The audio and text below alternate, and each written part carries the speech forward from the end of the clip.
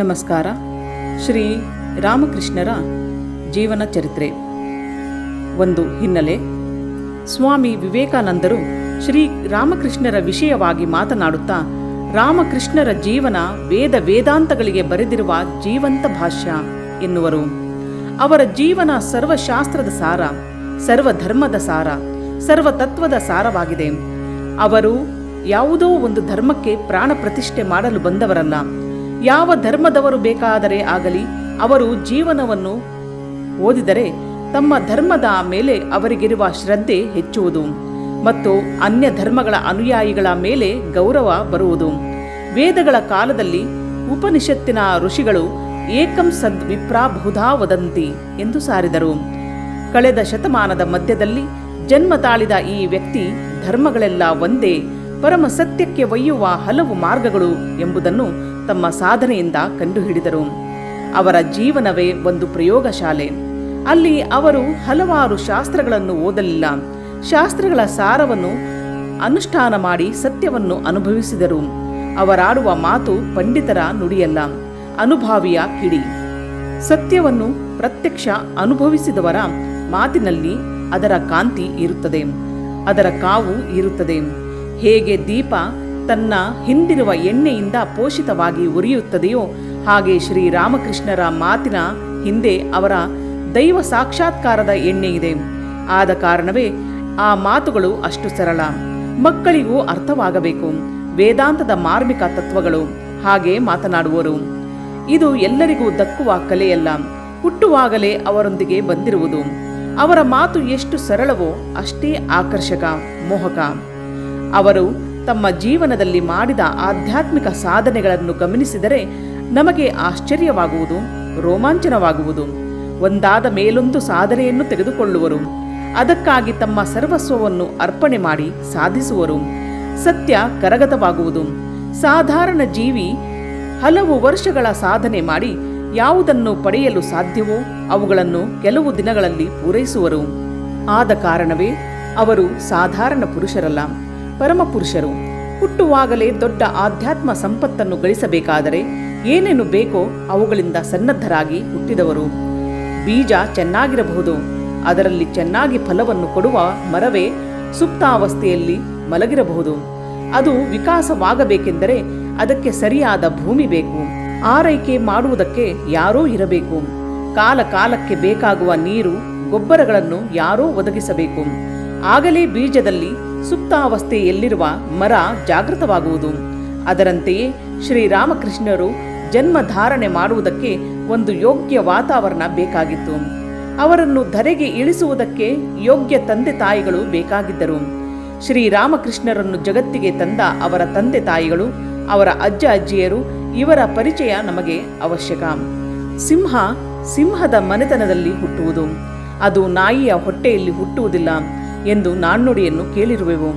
18ನೇ ಶತಮಾನದ ಮಧ್ಯಭಾಗದಲ್ಲಿ ಬಂಗಾಳ ದೇಶದ ಹೂಗ್ಲಿ ಜಿಲ್ಲೆಗೆ ಸೇರಿದ ದೇರೇಪುರ ಎಂಬ ಗ್ರಾಮದಲ್ಲಿ ಮಾಣಿಕ್ಯರಾಮ್ ಚಟ್ಟೋಪಾಧ್ಯಾಯ ಮತ್ತು ಅವನ ಹೆಂಡತಿ ಜೀವಿಸಿದ್ದರು. ಒಳ್ಳೆಯ ಸಾತ್ವಿಕ ಮನುಷ್ಯರು. ವ್ರತ, ಪೂಜೆ ಮುಂತಾದ ಯಾವ ಧಾರ್ಮಿಕ ಕ್ರಿಯೆಗಳನ್ನು ಬಿಟ್ಟವರಲ್ಲ. ಅನ್ಯರಿಂದ ದಾನ ಧರ್ಮ ಸ್ವೀಕರಿಸುತ್ತಿರಲಿಲ್ಲ. ಅವರಿಗೆ ಸುಮಾರು 50 ಎಕರೆ ಭೂಮಿ ಪಿತ್ರಾರ್ಜಿತವಾಗಿ ಬಂದಿತ್ತು. ಅದರಿಂದ ಚೆನ್ನಾಗಿ ಉತ್ಪತ್ತಿಯಾಗುತ್ತಿತ್ತು. ಜೊತೆಗೆ ಅವರು ಮಾಡುತ್ತಿದ್ದ ಇತರ ಕೆಲಸಗಳಿಂದ ಬರುತ್ತಿದ್ದ ಮೇಲು ಸಂಪಾದನೆಯಿಂದ ಸಂಸಾರ ಸುಸೂತ್ರವಾಗಿ ನಡೆದುಕೊಂಡು ಹೋಗುತ್ತಿತ್ತು. ಆ ಊರಿನಲ್ಲೆಲ್ಲ ಈ ಮನೆ ಧರ್ಮಕ್ಕೆ ಹೆಸರುವಾಸಿಯಾಗಿತ್ತು. ಅವರು ಅಷ್ಟು ಶ್ರೀಮಂತರಲ್ಲದೇ ಇದ್ದರೂ ತಮ್ಮ ನಡವಳಿಕೆಯಿಂದ ಜನರ ಗೌರವವನ್ನು ಸಂಪಾದಿಸಿದ್ದರು. ಅವರಿಗೆ 1775ರಲ್ಲಿ ಖುದಿರಾಮ್ ಎಂಬುವನು ಹುಟ್ಟಿದನು. ಈತನೇ ಮುಂದೆ ಶ್ರೀರಾಮಕೃಷ್ಣರ ತಂದೆಯಾಗಿದ್ದು, ಖುದಿರಾಮನ ನಂತರ ರಾಮಶಿಲಾ ಎಂಬ ಮಗಳು ಮತ್ತು ನಿಧಿರಾಮ್ ಮತ್ತು ರಾಮಕನ್ಯೆ ಎಂಬ ಇಬ್ಬರು ಗಂಡು ಮಕ್ಕಳು ಆದರು. ಶ್ರೀರಾಮಚಂದ್ರ ಇವರ ಮನೆದೇವರು. ಮಕ್ಕಳಿಗೆಲ್ಲ ಹೆಸರನ್ನು ಇಡುವಾಗ ರಾಮನ ಹೆಸರನ್ನು ಮೊದಲಲ್ಲಿಯೋ ಕೊನೆಯಲ್ಲಿಯೋ ಸೇರಿಸುತ್ತಿದ್ದರು. ಗಂಡು ಹುಡುಗರಿಗೆಲ್ಲ ವಿದ್ಯಾಭ್ಯಾಸ ಹಳ್ಳಿಯ ಶಾಲೆಯಲ್ಲಿ ನಡೆಯಿತು. ರಾಮಶಿಲಾ ಎಂಬ ಮಗಳನ್ನು ಹತ್ತಿರದ ಗ್ರಾಮದಲ್ಲಿದ್ದ ಭಾಗವತ್ ಬ್ಯಾನರ್ಜಿ ಎಂಬುವರಿಗೆ ಕೊಟ್ಟು ಲಗ್ನ ಮಾಡಿದ್ದರು.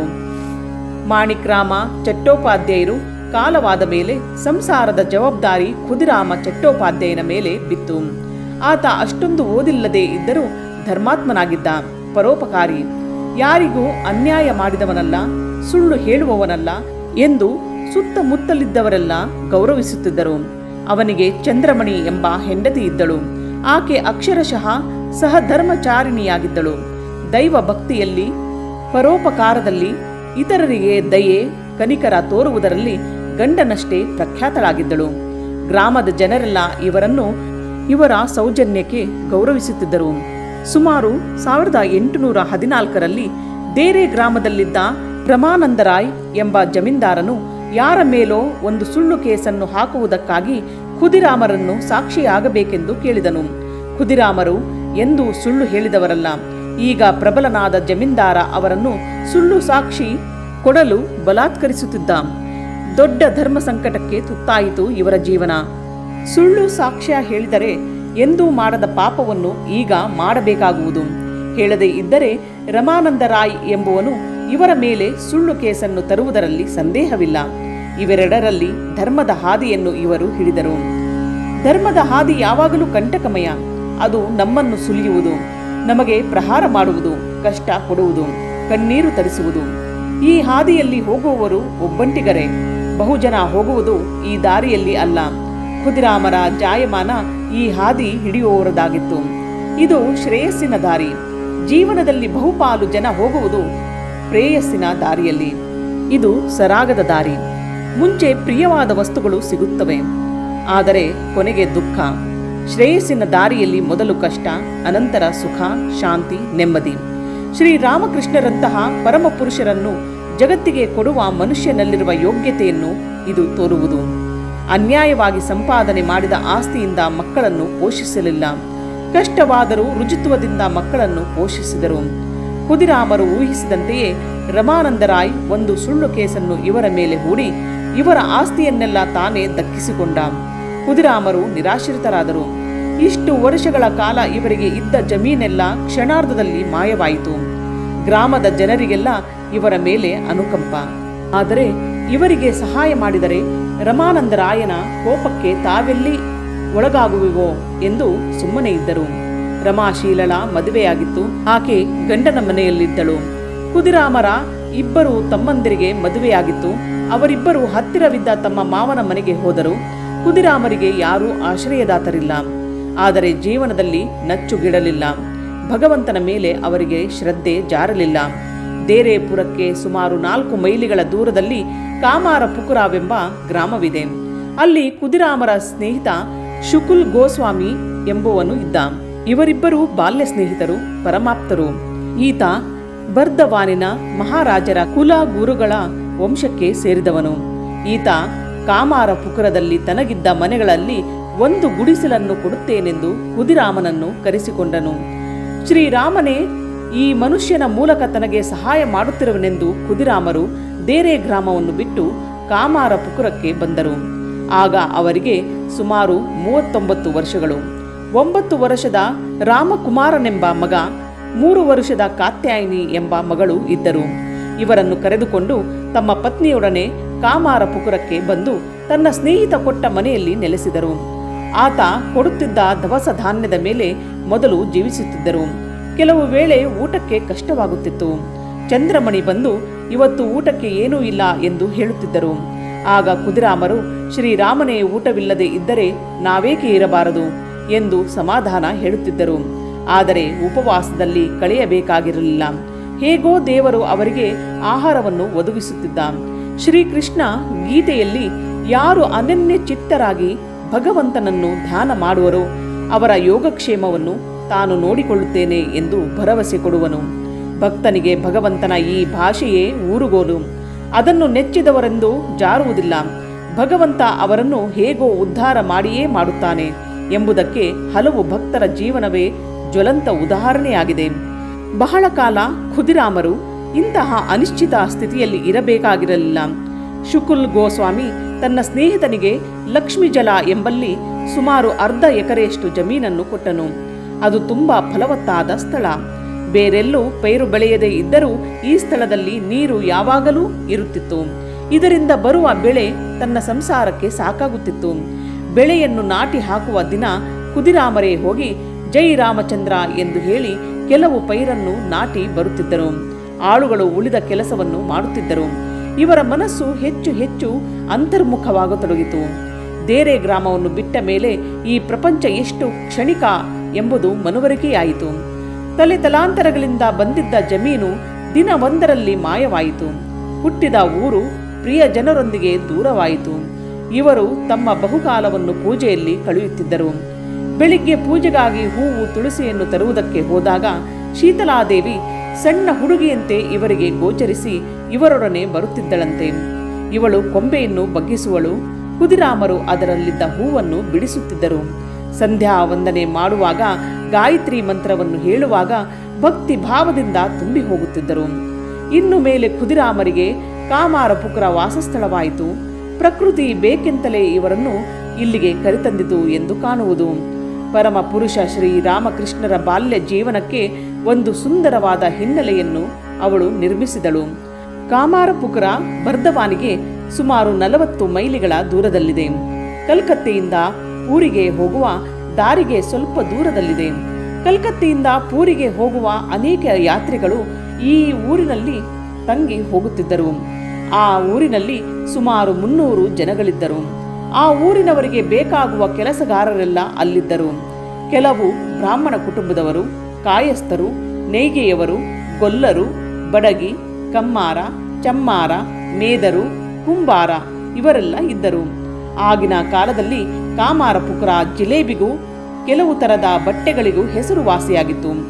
ಇದನ್ನು ಕಲ್ಕತ್ತೆಗೆ ತೆಗೆದುಕೊಂಡು ಹೋಗಿ ಮಾರುತ್ತಿದ್ದರು. ಹುಕ್ಕದ ಕೊನೆಯಲ್ಲಿ ಸಿಕ್ಕಿಸುವ ಮರದ ಪೈಪನ್ನು ತೇಗದ ಮರದಿಂದ ಅತಿ ಸುಂದರವಾಗಿ ಮಾಡುತ್ತಿದ್ದರು. ಈ ಊರಿನ ಸುತ್ತಲೂ ಬೇಕಾದಷ್ಟು ಕೊಳಗಳಿವೆ. ಇವುಗಳಲ್ಲಿ ತುಂಬಾ ದೊಡ್ಡದಾಗಿರುವುದೇ ಹಲದಾರಪುಕುರ ಎಂಬುದು.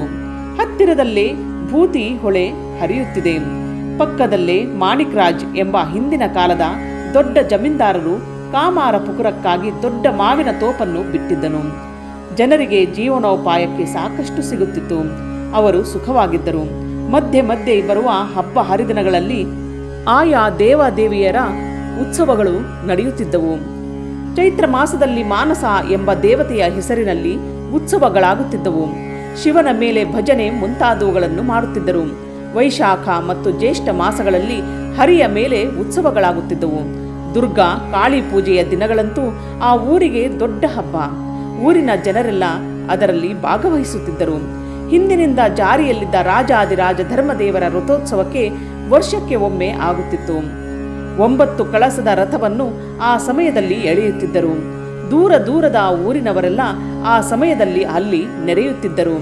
ಇಲ್ಲಿ ಶೈವ ವೈಷ್ಣವ ದೇವರುಗಳನ್ನು ಪೂಜಿಸುವವರಲ್ಲಿ ಯಾವ ಕಲಹಗಳು ಇರಲಿಲ್ಲ. ಇಂತಹ ಸುಂದರ ಗ್ರಾಮದಲ್ಲಿ ಖುದಿರಾಮರು ನೆಲೆಸಿದರು. ಮೊದಲಿನಿಂದಲೂ ಆಧ್ಯಾತ್ಮಿಕ ಸ್ವಭಾವದವರು. ಆದರೆ ಬೇರೆ ಗ್ರಾಮದಿಂದ ಬಂದ ಮೇಲೆ ಹೆಚ್ಚು ಹೆಚ್ಚು ಕಾಲವನ್ನು ಧ್ಯಾನ ಪೂಜೆಗಳಲ್ಲಿ ಕಳೆಯುತ್ತಿದ್ದರು. ಹೆಚ್ಚು ಅಂತರ್ಮುಖರಾಗುತ್ತಾ ಬಂದರು. ಜೀವನವನ್ನು ಒಂದು ಸಾಕ್ಷಿ ಭಾವದಿಂದ ನೋಡಬಲ್ಲವರಾಗಿದ್ದರು. ಭಗವಂತನನ್ನು ನೆಚ್ಚಿ ಬಾಳನ್ನು ನಡೆಸತೊಡಗಿದರು. ಅವರು ಆ ಊರಿನಲ್ಲಿ ದೊಡ್ಡ ವ್ಯಕ್ತಿಯಾದರು. ಯಾರು ಯಾವುದೇ ಕಷ್ಟದಲ್ಲಿರಲಿ ಅವರು ಬಂದು ಇವರ ಹತ್ತಿರ ತಮ್ಮ ಕಷ್ಟವನ್ನು ತೋಡಿಕೊಂಡು ಶಾಂತಿಯನ್ನು ಪಡೆದು ಹಿಂದಿರುಗುತ್ತಿದ್ದರು. ದಾರಿಯಲ್ಲಿ ಇವರು ಹೋಗುತ್ತಿದ್ದರೆ ಮನೆಗಳ ಮುಂದೆ ಕುಳಿತವರೆಲ್ಲ ಎದ್ದು ಇವರಿಗೆ ನಮಸ್ಕರಿಸುತ್ತಿದ್ದರು. ಹಲದಾರಪುಕರದ ಕೊಳಕ್ಕೆ ಸ್ನಾನಕ್ಕಾಗಿ ಹೋದರೆ ಅವರು ನೀರಿನಲ್ಲಿರುವವರಿಗೆ ಇತರರು ನೀರಿಗೆ ಇಳಿಯುತ್ತಿರಲಿಲ್ಲ. ಜನ ಇವರನ್ನು ಇಷ್ಟು ಗೌರವಿಸಿದರೂ ಇವರು ಇದಕ್ಕಾಗಿ ಅಹಂಕಾರ ಪಡಲಿಲ್ಲ. ಯಾವಾಗಲೂ ಸರಳತೆ ಮತ್ತು ದೈನ್ಯತೆ ಮೊಗದಲ್ಲಿ ನಲಿದಾಡುತ್ತಿತ್ತು.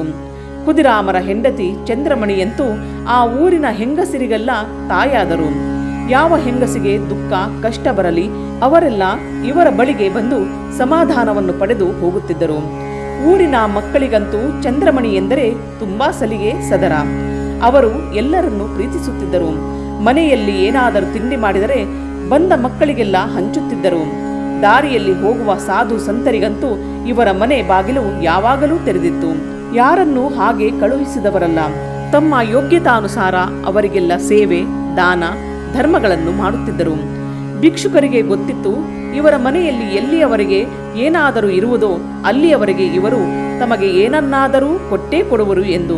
ಲೌಕಿಕ ದೃಷ್ಟಿಯಿಂದ ನೋಡಿದರೆ ಇವರು ಸಾಮಾನ್ಯರು, ಶ್ರೀಮಂತರಲ್ಲ, ಯಾವ ಅಧಿಕಾರವೂ ಇಲ್ಲ. ಆದರೆ ಇವುಗಳೆಲ್ಲಕ್ಕಿಂತ ಹೆಚ್ಚಾಗಿ ತಮ್ಮ ಶೀಲದಿಂದ ಖುದಿರಾಮ ಮತ್ತು ಚಂದ್ರಮಣಿ ಊರಿನ ಜನರ ಹೃದಯದಲ್ಲಿ ಒಂದು ಪೂಜ್ಯವಾದ ಸ್ಥಳವನ್ನು ಪಡೆದಿದ್ದರು. ಖುದಿರಾಮರ ಮಗ ರಾಮಕುಮಾರನೆನ್ನುವನು ಹಳ್ಳಿಯಲ್ಲಿದ್ದ ಸಂಸ್ಕೃತ ಪಾಠಶಾಲೆಗೆ ಸೇರಿ ಅಲ್ಲಿ ವ್ಯಾಕರಣ, ಸಾಹಿತ್ಯ ಮತ್ತು ಸ್ಮೃತಿ ಮುಂತಾದವನ್ನು ಕಲಿತನು. ಅನೇಕ ಜನ ಇವನ ಬಳಿಗೆ ಹಲವು ಸಲಹೆಗಳನ್ನು ಕೇಳುವುದಕ್ಕೆ ಬರುತ್ತಿದ್ದರು.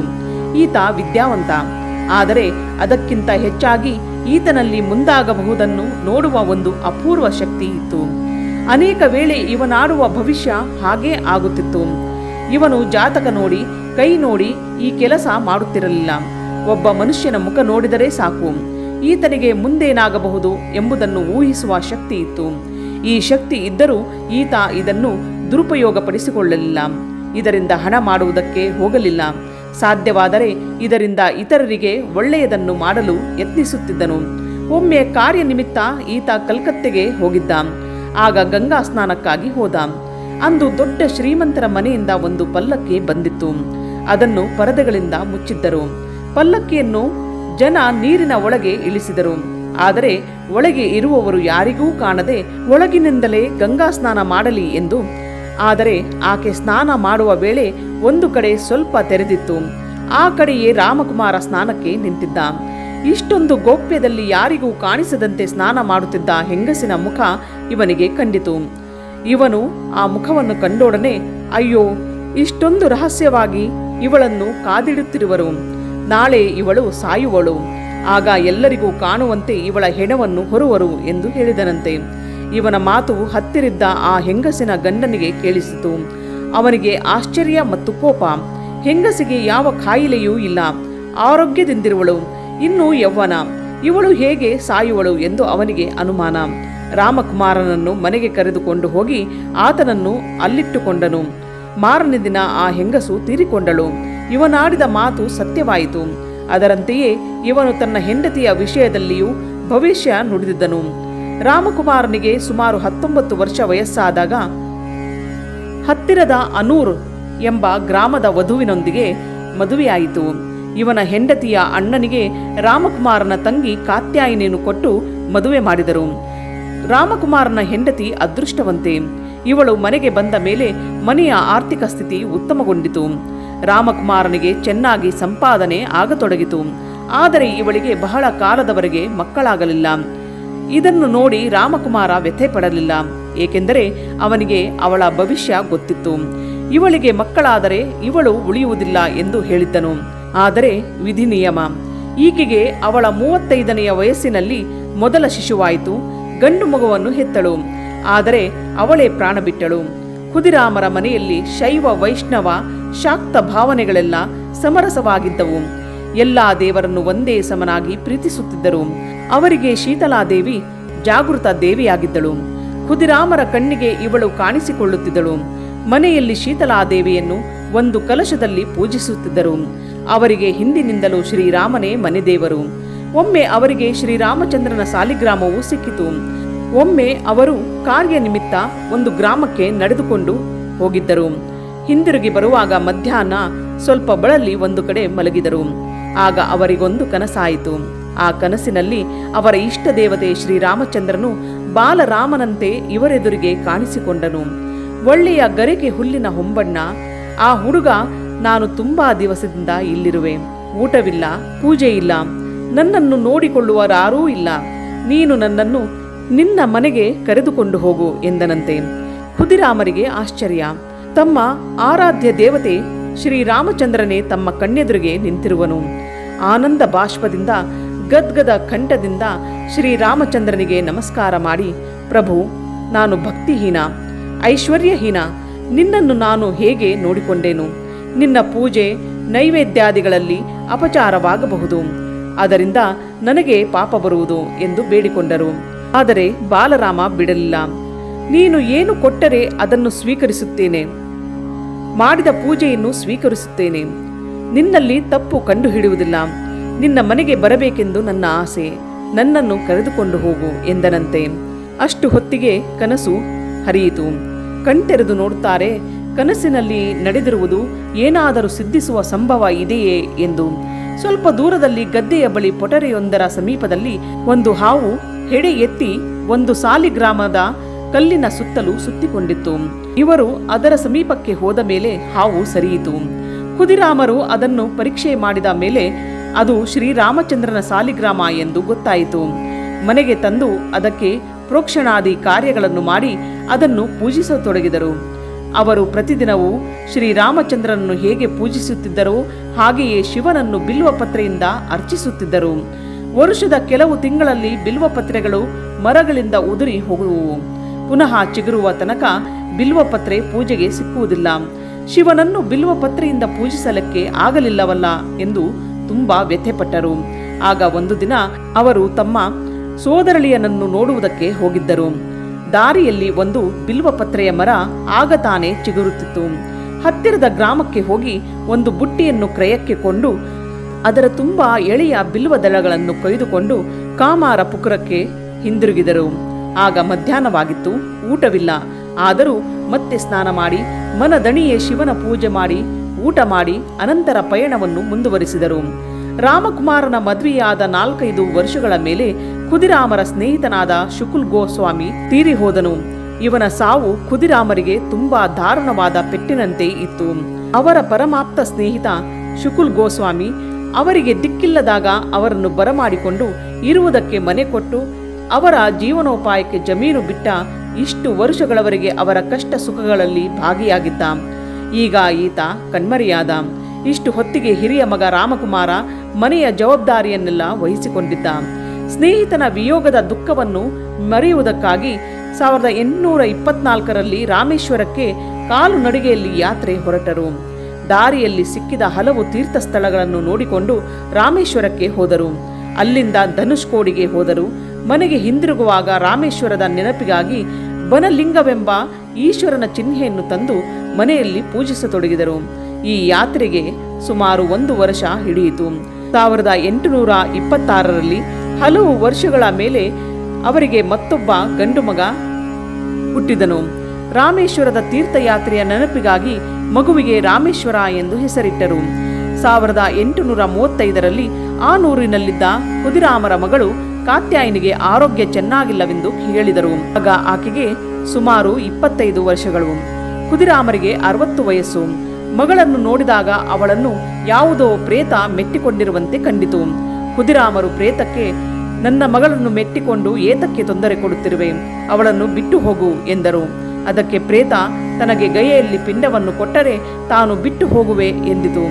ಅದಕ್ಕೆ ಖುದಿರಾಮರು ತಾವು ಸಾಧ್ಯವಾದಷ್ಟು ಬೇಗ ಗಯಕ್ಕೆ ಹೋಗಿ ಅದಕ್ಕೆ ಪಿಂಡವನ್ನು ಕೊಡುವುದಾಗಿ ಮಾತು ಕೊಟ್ಟರು. ಪ್ರೇತವು ತಕ್ಷಣವೇ ಬಿಟ್ಟು ಹೋಗಲು ಒಪ್ಪಿಕೊಂಡಿತು. ನೀನು ಬಿಟ್ಟು ಹೋಗುವುದಕ್ಕೆ ಏನಾದರೂ ಗುರುತನ್ನು ಹೇಳು ಎಂದಾಗ ಸ್ವಲ್ಪ ದೂರದಲ್ಲಿರುವ ಬೇವಿನ ಮರದ ಕೊಂಬೆ ಮುರಿದು ಬೀಳುವುದು ಎಂದು ಪ್ರೇತ ಹೇಳಿತು. ಅದರಂತೆಯೇ ಕೊಂಬೆ ಮುರಿದು ಬಿತ್ತು. ಪ್ರೇತಕ್ಕೆ ಮಾತು ಕೊಟ್ಟಂತೆ ಅದರ ಬಿಡುಗಡೆಗಾಗಿ ಪಿಂಡ ಕೊಡುವುದಕ್ಕೆ ಮತ್ತು ವಂಶದ ಪೂರ್ವಕರಿಗೆ ಒಳ್ಳೆಯದಾಗಲೆಂದು ಪ್ರಾರ್ಥಿಸಿ ಅವರಿಗೆ ಪಿಂಡವನ್ನು ಕೊಡಲು ಗಯೆಗೆ ಹೋದರು. ಅಧ್ಯಾಯ 1 ಮುಗಿಯಿತು.